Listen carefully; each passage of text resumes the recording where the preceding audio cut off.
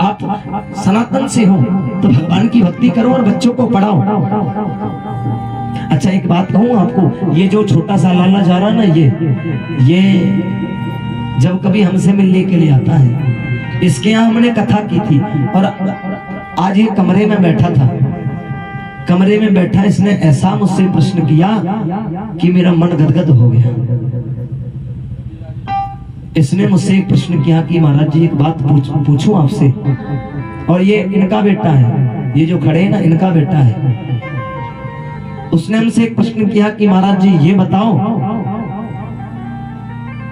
माता कुंती ने युधिष्ठिर जी को बाद में क्यों बताया कि कर्ण जो है तुम्हारा भाई है?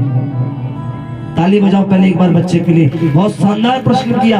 हम तो जवाब देते देते थक गए और बच्चा प्रश्न पूछता रहा। कहने का तात्पर्य है कि इतना नन्हा सा बालक ये भी जानता है कि माता कुंती कौन है, बच्चा ये भी जानता है कि युधिष्ठिर जी कौन है, बच्चा ये भी जानता है कि कर्ण कौन है। कहने का तात्पर्य है कि जब इनके माता पिता को पता होगा जब ही ना बच्चे को पता होगा। भाई इनके माता पिता घर बैठ करके बातचीत किया करते होंगे। हमने बच्चे को सुंदर उपदेश दिया, सुंदर बात कराया। हमने कि बेटा माता कुंती ने इसलिए युधिष्ठिर जी को नहीं बताया क्योंकि यदि अगर युधिष्ठिर जी को पहले बता दिया होता तो फिर ये महाभारत होता ही काहे को, फिर कर्ण मरता ही क्यों? क्योंकि कहते हैं ना जगत जगत में पीत करो दुख मम दू जाना होए, महाभारत ऐसा करो जी में गोविंद दू जो ना होए। महाभारत के बीच में मेरे ठाकुर जी नहीं आए, ठाकुर जी तो महाभारत से पीछे खड़े रहे। अच्छा आज के समय में हमारे देखा, आप सबने देखा है खाटू श्याम नगरी में श्री साक्षात खाटू श्याम जी विराजमान है। ये कौन है भैया? ये खाटू श्याम जी श्री बर्बरीक जी हैं। कौन है? बर्बरीक जी हैं जिनकी भगवान से बहस हो गई थी। बर्बरीक जी बोले, भगवान बोले तुम बड़े युद्धशाली हो। बर्बरीक जी बोले वो तो है ही। बोले तुम कहो तो एक तीर से हम ये जो जितने भी पेड़ हैं इनमें प्रत्येक पत्तों में 3-3 छेद कर देंगे एक बाण से, और कर भी देते, करके दिखाए भी। कुरुक्षेत्र के पास एक गांव है जिस जगह के पेड़े आज भी छेदे हैं। प्रत्येक पत्तों, यदि अगर कोई नया पत्ता निकलता है ना तो उसमें तुरंत छेद निकल जाता है। ठाकुर जी ने सोचा भैया ये बर्बरीक जी तो युद्ध ना तो करने देंगे और ना जीतने देंगे, क्या किया जाए क्या किया जाए। तो ठाकुर जी ने श्री बर्बरीक जी की गर्दन को काट दिया। अच्छा ये बताओ ठाकुर जी ने बर्बरीक जी की गर्दन को सही काटा या गलत काटा? बोलो हैं? ठाकुर जी ने बर्बरीक जी की गर्दन को गलत काटा या सही काटा? बताओ मैं ठाकुर जी ने सही गर्दन को काटा, इसलिए क्योंकि यदि ठाकुर जी जानते थे, देखिए एक बात निश्चित कह करके जा रहा हूं, बर्बरीक जी में इतनी शक्ति थी कि वो ठाकुर जी को युद्ध से हरा सकते थे और महाभारत को रोक सकते थे, महाभारत को पूरा। अच्छा बर्बरीक जी ने तो इतनी बड़ी बात कह दी थी ठाकुर जी से, बोले जिस तरफ से पाला, जोन सा पाला हारेगा हम उसके तरफ से युद्ध करेंगे, और जोन सा पाला जीते ठाकुर जी तुम उनके तरफ से युद्ध करना।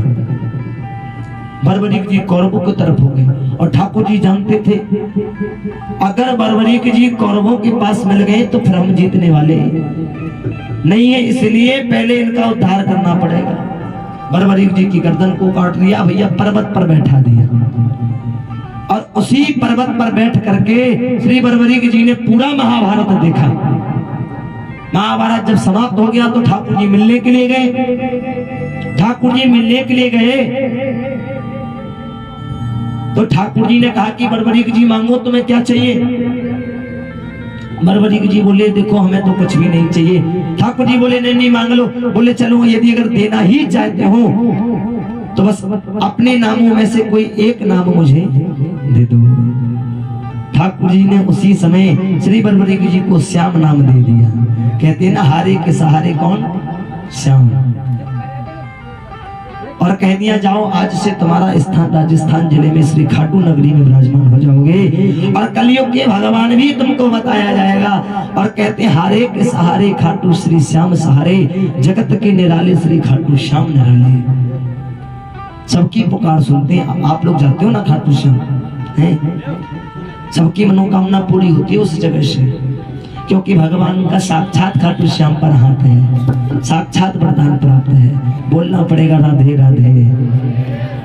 कहने का तात्पर्य है मेरा भैया कि ये जो बच्चा था ना, इस बच्चे ने मेरी आंखें खोल दी।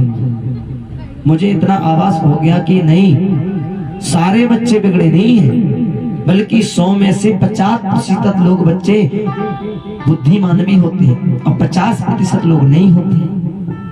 भाई हमारे माता पिता ने हमें संस्कार अच्छे दिए, जब ना आज हम व्यासपीठ पर बैठे हैं। माता पिता ने हमें सही रास्ते पर चलाया, जब ना हम बोलने के काबिल बने। आप में से कोई एक खड़ा होकर के यहाँ आ जाए और एक माइक लेकर के जितना हम बोल रहे हैं उतना बोल करके दिखा जाए, उसकी जबान ना फिसल जाए तो जो को हम बोल देंगे। क्यों? क्योंकि सामर्थ्यवान ठाकुर जी खुद कहता है, यदि आपकी वाणी में शक्ति है, आपके शरीर में शक्ति है, आप खुद योग्यवान हो, तभी कथा करने के काबिल बनोगे। ऐसे अगर सब कथा कहते तो सब इस व्यासपीठ पर बैठ जाते और सब कथा कह देते। भाई ठाकुर जी ने चुन करके कहा है ना कि व्यासाय विष्णु रूपाय व्यासा तत्वान अभेदिमा। जो कोई इस व्यासपीठ पर बैठता है वो विष्णु के समान होता है। आगे सुखदेव जी महाराज राजा परीक्षित को एक सुंदर कथा का उपदेश दे रहे हैं। कहने लगे, महाराज एक दुखहारी द्रौपदी है। एक दिन द्रौपदी नगर भ्रमण करके लौट रही थी।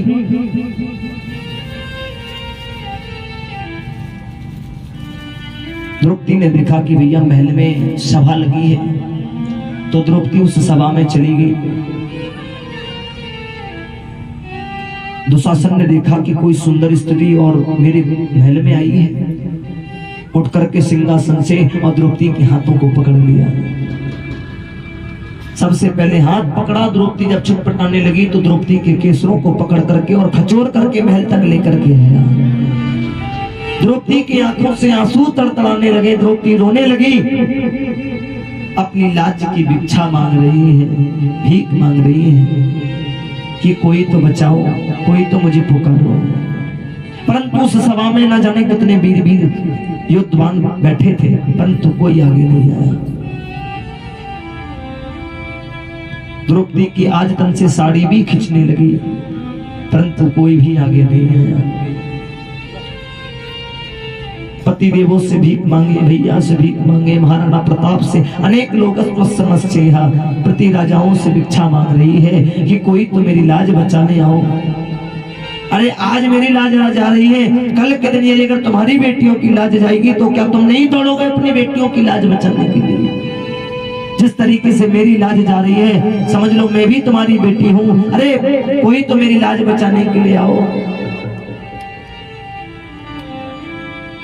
परंतु कोई भी आगे नहीं आया।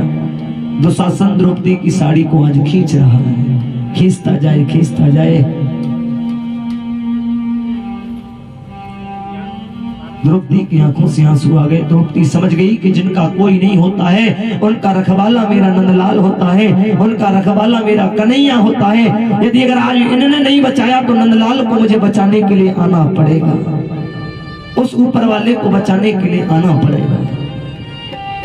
भीख की भिक्षा मांग रही है, उधर मेरे लाला रुक्मणी के हाथों भोजन कर रहे थे।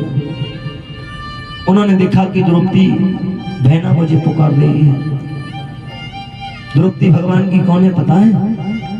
बहन। और द्रौपदी का नाम द्रौपदी नहीं था, द्रौपदी का नाम भगवान ने कृष्णा रख दिया। क्या? कृष्णा नाम पड़ गया द्रौपदी का।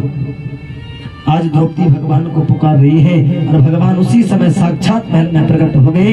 भगवान की शक्ति के बल के द्वारा दुशासन साड़ी को खींचता जाए, खींचता जाए, परंतु पूरी साड़ी नहीं खींच पा रहा है।